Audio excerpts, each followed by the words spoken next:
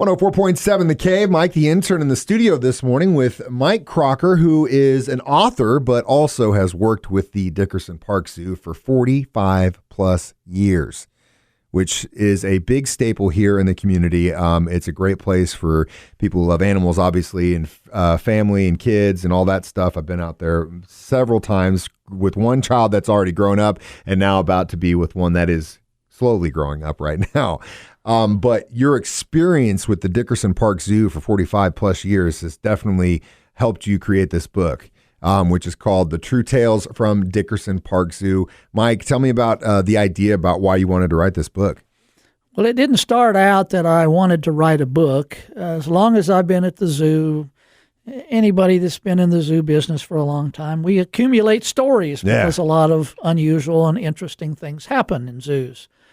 And I was often asked to tell various zoo stories. And I thought, well, I'm getting close to retirement, so maybe I ought to think about putting these stories down in writing so I can leave them for people to read after I'm gone. And I just thought I would write this collection of short stories and somehow put them together, but we didn't really know when we started how we would put them together. But that's how it ended up being a book. I didn't start out to have a book that was going to be published. That's just the way it worked out.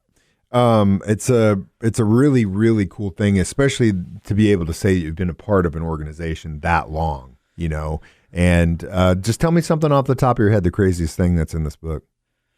The craziest thing that's in the book? Well, there's lots of crazy stories in the book. The subtitle refers to a road trip I made back in the early part of my career to a venom research lab in Salt Lake City, and then some of the animals that I brought back with me from that trip, one of which was a 7-foot-long American crocodile that was loose in the back of the Suburban that I was driving. Its mouth was taped shut, but otherwise it was just sitting in the back. What kind of tape?